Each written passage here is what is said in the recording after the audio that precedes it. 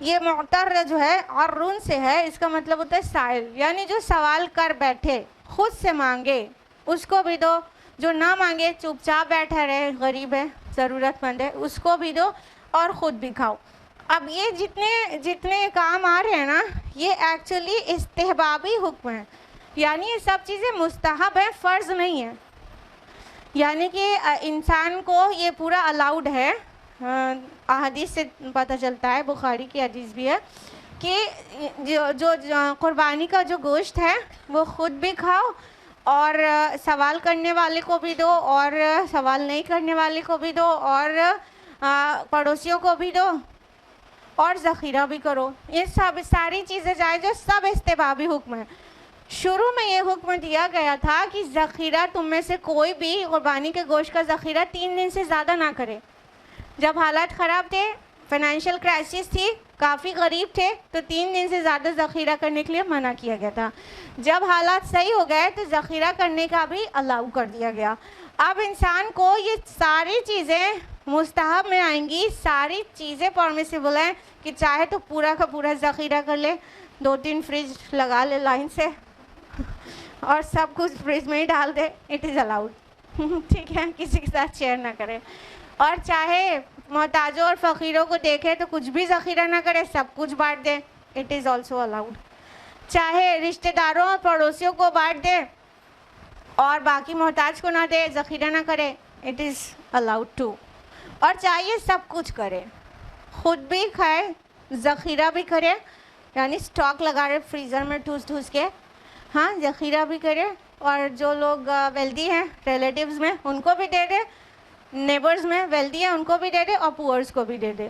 اور صحابہ کا جو سب سے فیوریٹ طریقہ تھا وہ 3 حصہ کرتے تھے، ایک حصہ خود استعمال کرتے تھے، ایک حصہ رشتہ داروں اور ویلدی لوگوں میں ڈسٹریبیوٹ کرتے تھے، اور ایک حصہ غریبوں میں۔ تو یہ بھی بہت اچھا ہے، یہ بہت اچھا ہے، بیلنسڈ ہے، سب طرح کے لوگوں کو مل رہا ہے، تو یہ سب طرح سے الاؤڈ ہے۔ لیکن کوئی ایک پہ بھی عمل کیا جائے گا تو بھی گناہ گار نہیں ہوگا انسان۔ اسی آیت میں لاسٹ فقرہ ہے کہ کذالک سخرناھا لکم لعلکم تشکرون، اسی طرح ہم نے ان کو تمہارے لیے مسخر کر دیا ہے تاکہ تم شکر ادا کرو۔ اللہ تعالیٰ نے اتنے بڑے بڑے اینیملز کو ہمارے لیے مسخر کر دیا ہے۔ ذرا سوچئے کہ اونٹ ہم سے کتنا زیادہ بڑا ہوتا ہے، اس کا وزن کر لیجئے، اس کی ہائٹ دیکھ لیجئے، ابھی پتہ چل جائے گا ہم سے کتنا گنا بڑا ہے۔ ہاں اونٹ ہے، گائے ہے، ہم سے زیادہ وزن کی ہوتی ہے، لیکن اللہ تعالیٰ نے انسان کو ایسی قوت دی، ایسی صلاحیت دی، ان کو ایسا انسٹرکشن، ایسا آرڈر دیا کہ وہ تابع فرمان ہے، اپنے سے چھوٹے مخلوق کے سائز میں اس تابع فرمان ہے، انسان ان کو مسخر کر دیتا ہے۔ ذرا سوچئے کہ اگر اونٹ کسی حال پہ نہر ہونے کے لیے تیار نہ رہے تو طاقت ہے اس کو انسان قابو کر لے اپنی طاقت سے، یا اس کا گوشت جو پریشر کوکر میں چڑھا دے اور گلے ہی نہ، کیا کرے گا انسان؟ اللہ تعالیٰ نے مسخر کر دیا، ہمارے لیے مسخر کر دیا، ہمارے کنٹرول میں دے دیا، ہمارے لیے تابع فرمان بنا دیا اتنے بڑے بڑے اینیملز کو۔ نا ہاتھی بھی ہوتا ہے کسی کا تو وہ بھی مسخر ہوتا ہے، اگر اتنے وائلنٹ ہو یہ اینیملز، اسپیشلی مویشی وائلنٹ ہو تو پھر ہم کر کیا لیں گے؟ یہ اللہ تعالیٰ کا انتظام ہے نا ہمارے لیے، لعلکم تشکرون، تاکہ تم شکر گزار ہو جاؤ۔ کبھی محسوس کیا کرو، کبھی غور کیا کرو، لوگ ایک سے ایک سوال کرتے ہیں، کیسے کریں، دینداری کیسے آئے، ثابت قدمی کیسے آئے، وغیرہ وغیرہ، اتنے سارے مسائل ہیں لوگوں کے۔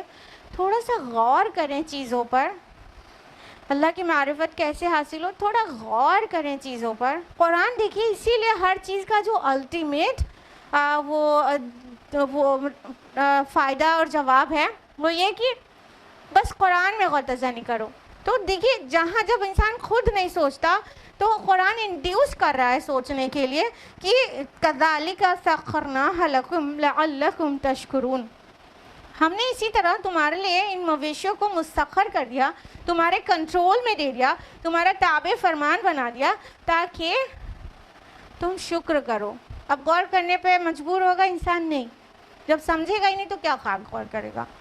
جب سمجھے گا تو کہے گا سچ بات ہے کہ اگر اتنا اونٹ بچل جائے اور بڑے بڑے اینیملز جو ہیں ہمارے قابو میں آنے کے لیے تیار نہ رہے، ہم کر کیا لیں گے؟ کچھ بھی نہیں۔ تو یہ اللہ تعالیٰ کا شکر کرنے کا باعث ہے۔ اب دیکھیے وہ کی پوائنٹ آ رہا ہے جو ساری عبادات کا مغز ہے، آیت نمبر 37، لَن يَنَالَ اللَّهَ لُحُومُهَا وَلَا دِمَاؤُهَا وَلَكِنْ يَنَالُهُ التَّقْوَى مِنْكُمْ، اللہ تک نہ تو ان کے گوشت پہنچتے ہیں اور نہ ان کے خون، لیکن اس تک پہنچتا ہے تمہاری طرف سے تقوی۔ كَذَلِكَ سَخَّرَهَا لَكُمْ لِتُكَبِّرُوا اللَّهَ عَلَى مَا هَدَاكُمْ، اسی طرح اس نے انہیں تمہارے لیے مسخر کر دیا ہے تاکہ تم اللہ کی تکبیر کیا کرو اور اس کی ہدایت پر جو اس نے تمہیں بخشی ہے۔ وَبَشِّرِ الْمُحْسِنِينَ، تو اے نبی صلی اللہ علیہ وسلم محسنین کو بشارت سنا دیجئے۔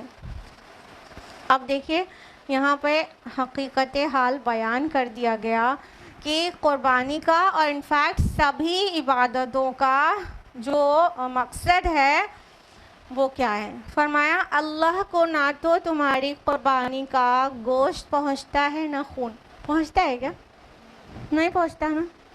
اللہ تعالیٰ ہم قربانی کرتے ہیں تو اس کا خون اور گوشت اللہ تعالیٰ کو پہنچتا ہے یا اس سے کوئی فائدہ ملتا ہے؟ بالکل نہیں ملتا، بالکل نہیں ملتا۔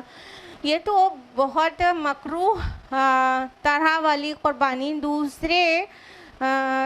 دوسرے فیتھس میں خصوصاً مشرکوں کے ہاں رائج ہے، جیسے کہ بیبلونین سویلائزیشن آپ جانتے ہوں گے نا، بابل کی سبھیتا، وہاں کی جو مشرک بیبلونیا سویلائزیشن تھی اس میں یہ مانا جاتا تھا کہ یہ دیوتاؤں کی دعوت آسمان کے اوپر ہوتی ہے اور ان کے نام پر جو بھیٹ چڑھائی جاتی ہے، جو قربانی دی جاتی ہے، وہ اس کی خوشبو محسوس کرتے ہیں اور اس کو کھاتے ہیں۔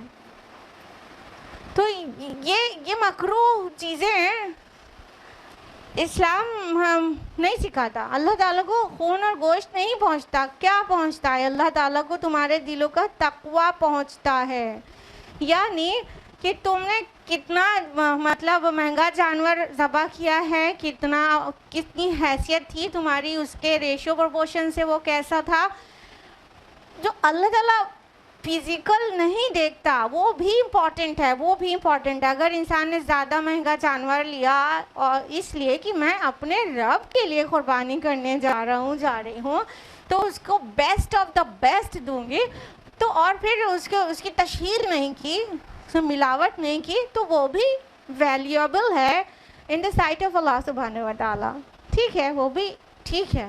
لیکن اصل چیز ہے دل کا تقوی، اصل چیز ہے نیت، اصل چیز ہے اخلاص، کتنے خلوص کے ساتھ ہم نے وہ مال خرچ کیا تھا، چاہے لاغر کمزور سا بہت چھوٹی سی ایک گوٹ کیوں نہ ہو، بہت چھوٹی سی جتنی حیثیت تھی، لیکن دل و جان سے اللہ کی رضا کے لیے اللہ کے حکم کی فرما برداری میں وہ قربانی پیش کی تھی۔ تو اگر یہ ہے تو اللہ تعالیٰ کو تمہارے دل کا تقوی چاہیے، اور یہ قربانی تمہارے لیے ایک تربیت ہے۔ اللہ کو خون اور گوشت نہیں چاہیے، تمہارے نفوس کی تربیت کرتے ہیں اللہ تعالیٰ۔ کس چیز کی تربیت ہے؟ کہ جب ہم جانور کو ذبح کرتے ہیں، اس کا خون بہتا ہوا دیکھتے ہیں، اور اس کے پیچھے جو مقصد ہوتا ہے کہ وہ اللہ تعالیٰ کے حکم پر ہم نے یہ کیا ہے، تو اس سے ہمیں کیا تربیت ملتی ہے کہ اے میرے رب، یہ میرا ایک کائنڈ آف ویلتھ ہے، ایک مالی شکل ہے جس کو میں نے آپ کی راہ میں قربان کیا ہے۔ اے میرے اللہ، اگر میری جان کی بھی ضرورت پڑی نا آپ کی راہ میں، آپ کے دین کے لیے یا آپ کی رضا کے لیے، تو حاضر ہے۔ اے میرے اللہ، میں ذہناً اس بات کے لیے تیار ہوں کہ میری جان کبھی بھی دینے کا موقع آیا تو میں حاضر ہوں، میں پوری طرح سے حاضر ہوں۔ یہ ایک تربیت ہے جو قربانی سے ملتی ہے ہر مسلمان کو۔ اللہ کو اس کا تقوی، انسان کا تقوی چاہیے، قربانی کا گوشت اور خون نہیں چاہیے، تقوی چاہیے، اور ان کی انسانوں کی، مسلمانوں کی، مومنوں کی نفوس کی تربیت کرنا مقصود ہے۔ اور فرمایا کہ اسی طرح اس نے انہیں تمہارے لیے مسخر کیا ہے. پھر سے آیا گیا کہ جو سیکریفائس اینیمل ہے وہ تمہارے لیے تمہارے کنٹرول میں دے دیا گیا ہے تاکہ تم تکبیر کرو اللہ تعالیٰ کی اس ہدایت پر جو اس نے تمہیں دی ہے. دیکھیے سملر میسج قرآن حکیم میں روزے کے حکم کے متعلق بھی آیا ہے. سورہ بقرہ سورہ نمبر 2 آیت نمبر 185 وَلِتُكَبِّرُوا اللَّهَ عَلَى مَا هَدَاكُمْ وَلَعَلَّكُمْ تَشْكُرُونَ، اور تاکہ تم اللہ کی کبریائی بیان کرو جس طرح اس نے تمہیں ہدایت دی ہے اور تاکہ تم شکر گزار بن جاؤ. تو روزے کے متعلق بھی آیا کہ الٹیمیٹلی تمہارے نفس کی تربیت ایسی ہو جانی چاہیے کہ پھر تم تکبیر کہنے والے بن جاؤ. اور اس کا ظاہر کیا ہے؟ اس کا ظاہر کیا ہے؟ رمضان کے بعد عید میں، اور یہاں پہ عید الاضحیٰ کی بات چل ہی رہی ہے، ٹھیک ہے، اس میں تکبیرات پڑھی جاتی ہے صلاح کے لیے جب جایا جاتا ہے عیدین کی دونوں نماز، عیدین چاہے عید الاضحیٰ چاہے عید الفطر، عیدین کی نماز کے لیے جانے میں تکبیرات پڑھا جاتا ہے. اس کا ظاہر ہے اور یہ ریکمینڈڈ ہے ایک راستے سے جائیں اور دوسرے راستے سے آئیں اور بآواز بلند تکبیر پڑھتے ہوئے جائیں، اللہ اکبر لا الہ الا اللہ واللہ اکبر وللہ الحمد. ہر جگہ اللہ کی تکبیر کی گونج ہو جائے، تاکہ ہر جگہ اللہ سب سے بڑا ہے، اللہ سب سے بڑا ہے، حمد اس کے لیے ہے، تعریف اس کے لیے ہے، اللہ سب سے بڑا ہے. پورا معاشرہ گونج جائے اللہ کی کبریائی، اللہ کی بڑائی سے. تو یہ ہمیں تربیت مل رہی ہے قربانی کرنے سے کہ یہ جو جانور تھا اس کو اللہ نے ہمارے لیے مسخر کیا ہے. اس کو ہم نے کاٹا ہے تو ہم نے اپنے ایک مالی چیز قربان کی، اپنی جان بھی آج نہیں کل قربان کرنے کی ضرورت پڑی تو اے میرے رب ہم کر دیں گے. یہ ابراہیم علیہ السلام کی سنت ہے. ابراہیم علیہ السلام کی جان کا نذرانہ مانگا گیا، وہ کود پڑے.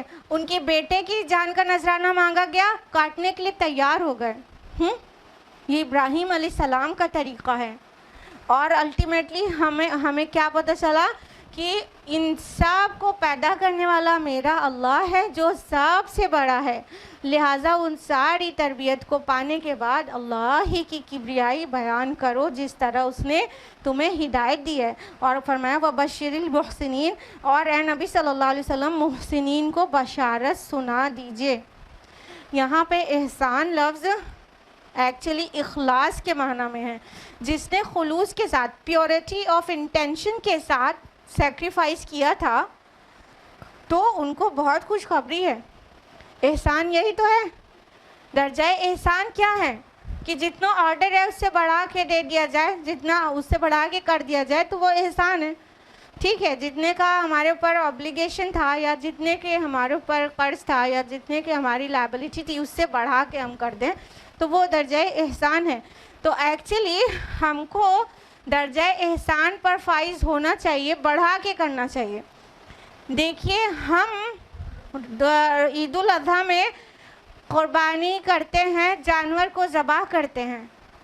اس سے ہمیں نفس کی تربیت یہ لینا چاہیے کہ جو ہماری انا ہے نا، یہ جو انا ہمارے اندر بیٹھا ہے، تکبر، بڑائی، ہم اپنی بڑائی سمجھتے ہیں. کوئی بھی کوالٹی ہوتی ہے تو اس کو اپنی طرف منسوب کرتے ہیں.